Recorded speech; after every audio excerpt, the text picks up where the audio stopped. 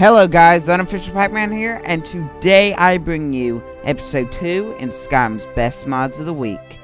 Now, you guys liked the last video, so I thought I'd do another one, so I guess here you go. For the first mod, we have Climates of Tamriel by JJC71. Now, this mod I really enjoyed. I got some flack in my last video about Pure Weather saying that Climate of Tamriel isn't very compatible with things. It really isn't, but there's a lot of patches that you can look up. Like, Sounds of Skyrim, you have to get a patch. Climates of Tamriel, you know what I'm saying? You gotta get patches for them. But other than that, I really enjoyed playing this mod. Very beautiful, and it has lighting too, and I really enjoyed it. For the lighting mod today, we have Enhanced Lights and Effects by anamorfus.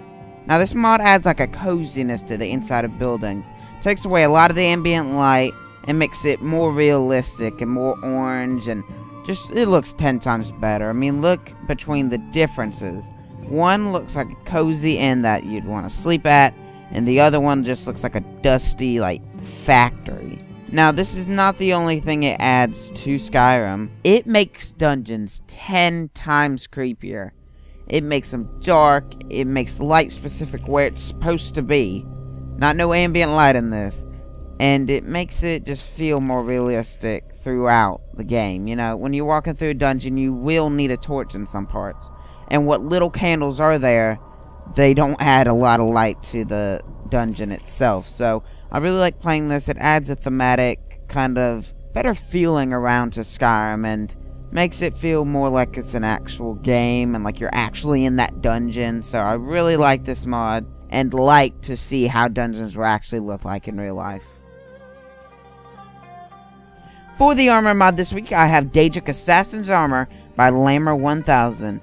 Now, I really enjoyed this mod because it keeps the same style of the Daedric armor, which everyone likes. Or if you don't like it, then this mod's not for you. But it keeps that same style and thins it up. It doesn't make it so huge and bulky. For kind of quicker, like arrow characters or maybe like thief characters, it comes with a cloak and a hood.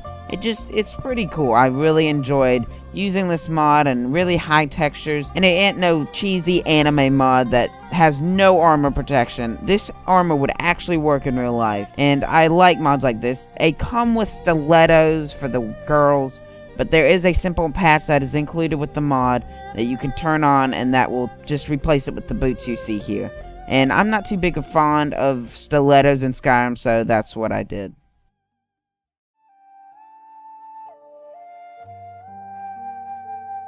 This week we have a weapon improvement mod, and that is Better Shaped Weapons by anWolf and the masterofshadows. This mod aims to add more realistic weapons throughout Skyrim. Like, they make them more realistic. First off, it adds a sheath to heavy weapons like the iron greatsword and the ebony greatsword you just saw. And it also tries to thin up weapons and make them more realistic they would actually be in real life. Because most of the swords, everyone will agree, they look like paddles. They're big, flat, and they're thick. So, I mean, look at this glass sword. Look how thick that sword is. In real life, would that actually cut someone in half? I don't think so. So, the mod, you can see, thins it up, makes it more realistic. I think it elongates the weapons, too, like they'd actually be in real life. So, I really like this. It makes the weapons look 10 times better. And I really enjoyed using this mod throughout the game of Skyrim, and that's all I can say. I mean, this mod's great and amazing.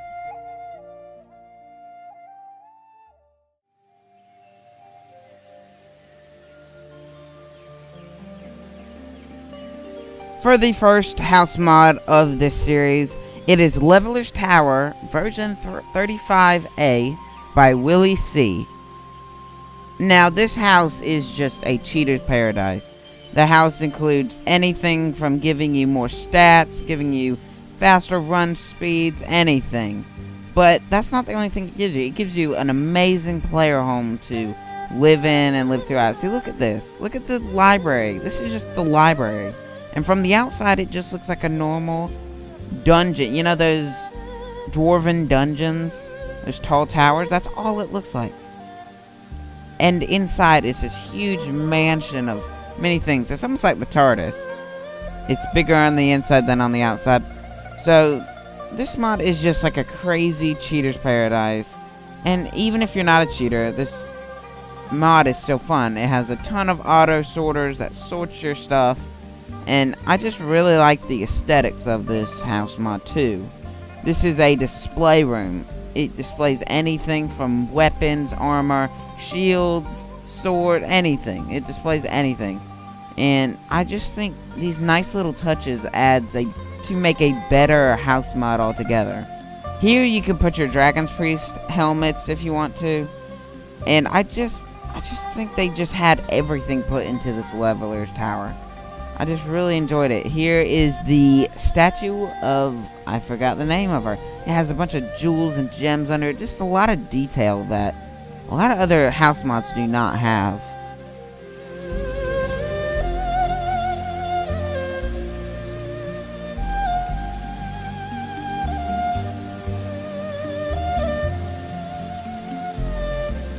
And yes, this could not be a house mod without an amazing throne room.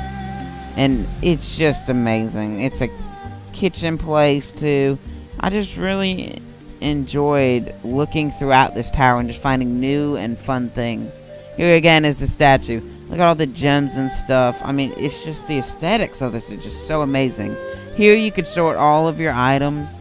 Just press a button. It takes everything out of your inventory and sorts it. Here's the arena where you could spawn any kind of person. You can go down there and fight. It'll just spawn anybody you want, and they will just fight to the death as you watch.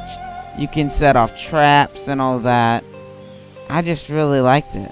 I mean, I've never seen a house mod this intricate. And it's actually helped me because I've used it to up my stats a little bit because I had a pretty low level character. Here I am sitting at my throne. And here is where you can add perks, stats, and other kind of thing like carry weight and all that. And it's just crazy how much you can add to your character. I have destruction spells all the way, and I was really impressed of how powerful Skyrim can actually get. Now, you're not cheating in any crazy powerful spells. This is just upping your level. Here's all the pictures. They're all custom made, custom rendered out and put onto here. All of them are screenshots from Skyrim, so they still look like they're in that era. They're placed well throughout the house. And I just liked really how they looked and added kind of a custom throughout the house that I really liked. Now the outside of this house is really nice. It's got that, like I said, it has that dwarven temple look. And I just think that it looked really cool from the outside.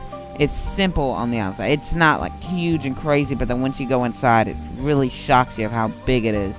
And on the top, you have this huge statue, golden statue, which is really nice. It really lets you kind of see where your house is. And every time you walk into your house, it says, "Welcome home." And I really like this mod. And I just really enjoyed this mod, and you should really go check it out.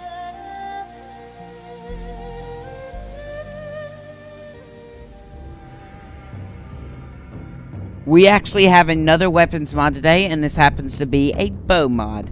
This includes 2 bows, and it is IPM Scoiatael weapons by InsanePlumber. Now, this mod adds 2 new bows, one a short and one a long bow, and adds 2 new types of arrows, black and original. This mod I really like. I mean, I love the dual bow system. I really enjoyed that. It looks really cool. It would act like it would actually be in real life with the 2 arms go back together. The arrows actually cause a person to be paralyzed and just fall flat on the ground. It's really funny. And I just really enjoyed these bows. I mean, they're really nice, really high quality texture, as you can see on the wood. I just really enjoyed using this bow. I mean, I shot it around a couple times and I really loved it. So please go check this out. Our final mod today is a quest mod, actually, and it's by GLArtMods, and it's named Into the Depths. Now, this mod is a mod that it adds a mine to the actual Riverwood. And you go in, you automatically get it whenever you walk into Riverwood the next time you do. You automatically get the update, and it gives you a note. And everybody has been hearing, like, sounds and stuff and weird sounds. So you go and investigate. So it leads you into the mine. It's dark, and they use the assets really well. I mean, it's surprising. And they use sounds and stuff. They did a great job. It's red, and especially with the enhanced lights and FX, it's really dark in there. So I recommend playing with like a light mod just to darken it up. So they use sound mostly in this to scare you. At one point, it goes really loud and then quiet.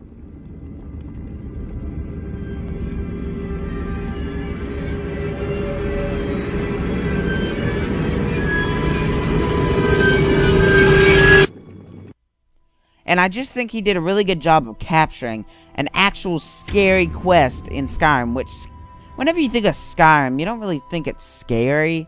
You just think it's like exploring and kind of creepy sometimes, especially in like Draugr, like territory.